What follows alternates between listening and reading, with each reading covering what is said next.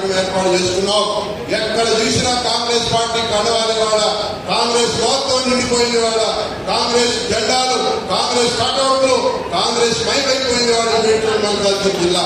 కాబట్టి ఇంకొక విషయం, రేవంత్ రెడ్డి గారు కూడా మనకు ఒక విషయం చెప్పారు. మంచిని మైక్ లో చెప్పండి, చెడేనంటే చెవులు చెప్పండి. ఇవాళ ఈ మాట చెప్పారంటే మన ప్రభుత్వం మనం చెప్పినవి చేయనివి చెప్పనివి అనేకమైన కార్యక్రమాలు తీసుకుని వాళ్ళ తెలంగాణ రాష్ట్రంలో సంక్షేమ పరంగా అటు అభివృద్ధి పరంగా మనం బ్రహ్మాండంగా ముందుకు సాగుతూ ఉన్నాం.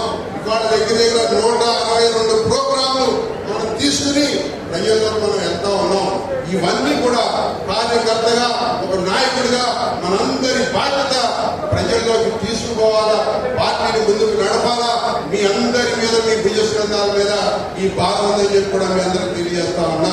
మంచి ప్రజలకు చెప్పుకుందాం, మనం చేసే పని మనం చెప్పాలి, మనమే మార్కెటింగ్ చేసుకోవాలా.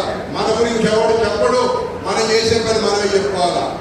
మా కాంగ్రెస్ పార్టీ చేసింది, మేము బస్ ఫ్రీ ఇచ్చాం, రేషన్స్ అన్న మేము ఇచ్చాం, 42% బీసీలకు రిజర్వేషన్ కల్పిస్తున్నాం, ఎస్సీ సోదరులుగా మరి రీఆర్గనైజేషన్ బిల్లు తీసుకొచ్చాం.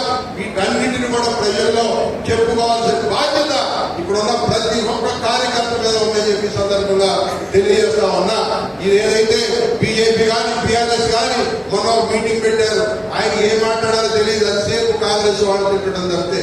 కాబట్టి వీటన్నిటిని తిప్పుకొట్టే బాధ్యత మనం తీసుకుందామని చెప్పి సందర్భంగా మీ అందరికీ తెలియజేస్తూ నాకు ఈ అవకాశం కల్పించిన మా హరియాణకు థ్యాంక్స్ చెప్తూ సెలవు తీసుకుంటా ఉన్నా. జై కాంగ్రెస్, జై కాంగ్రెస్. Thank you.